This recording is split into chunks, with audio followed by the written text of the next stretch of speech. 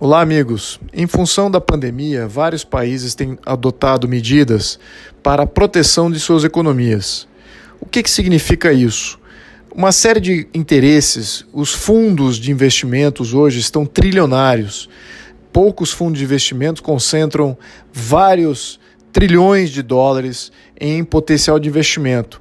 Ao mesmo tempo, fundos soberanos de investimento também fundos soberanos são aqueles vinculados a um governo, a um país, a um estado especificamente, a um país que possa investir, ou que tenha essa liberdade de investir em outros países, comprando ativos, fazendo projetos de infraestrutura, financiando as suas próprias empresas para que adentrem em outras economias de uma maneira subsidiada, estratégica, em função de uma visão nacional e não propriamente por interesse comercial livre.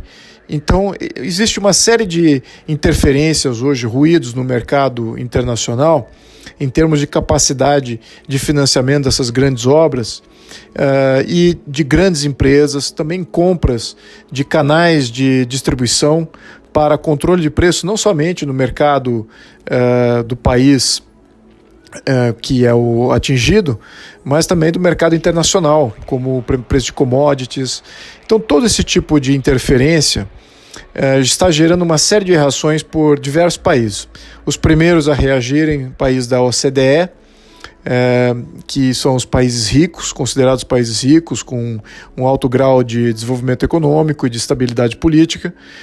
Depois tem outros países, como Índia, que são emergentes, parte aí do BRICS, Austrália, Nova Zelândia, então países aí mais próximos aí da OCDE nesse sentido, no entanto que tem sofrido aí com bastante interferência desse grande capital, digamos assim, desse grande capital internacional, agindo de uma maneira em benefício, às vezes, de si próprios, às vezes em benefício de um governo ou de um país. E isso tem causado uma série de reações legislativas nesses países, em termos de ter uma proteção maior à livre iniciativa dentro do país. Por incrível que pareça, aqui o Estado tem uma função que é de proteger a livre iniciativa. Essa sim é uma função positiva, porque o mundo não é um mundo liberal, o mundo se transformou nos últimos anos numa versão moderna do que existia no mercantilismo. Então, o mundo está de novo aí voltando atrás de uma certa maneira, claro, obviamente que não da mesma maneira que até o século XVIII, século XVII, século XVIII, mas de uma maneira nova.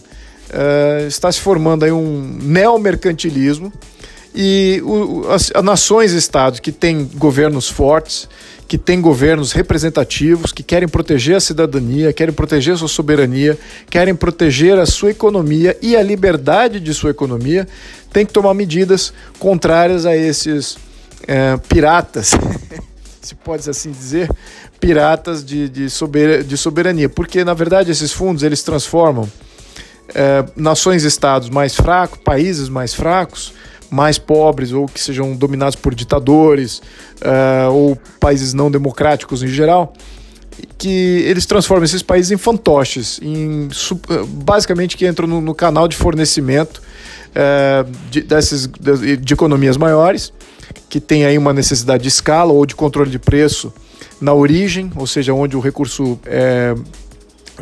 a commodity, ela é gerada.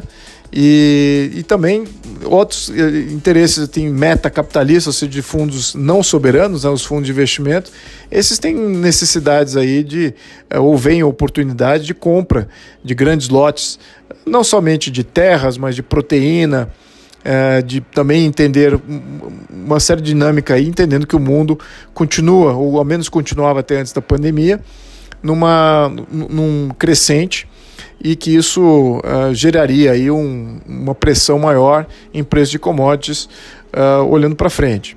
Claro que agora com a pandemia, não é que essa demanda futura ainda seja pior ou menor. Ao contrário, acho que ainda existe aí um vetor de crescimento populacional que vai pressionar preços. No entanto, O que se tornou barato são todos esses ativos estratégicos dos países, a mídia, as redes de telecomunicações, toda a questão de você construir, montar a empresa, ou a mão de obra ficou mais barata em função do desemprego que foi gerado, as indústrias ficaram sucateadas, então estão por preços mais acessíveis. Então esses fundos têm muito a ganhar num momento como esse. E temos que ter aqui uma visão do Estado aqui como um protetor da livre iniciativa, por incrível que pareça. Isso é possível, sim. E os países que têm livre mercado e têm uma grande parcela da sua economia, a maior parcela da sua economia é gerada pela livre iniciativa, tem se protegido comensuravelmente a esses desafios, exatamente para manter os seus mercados livres.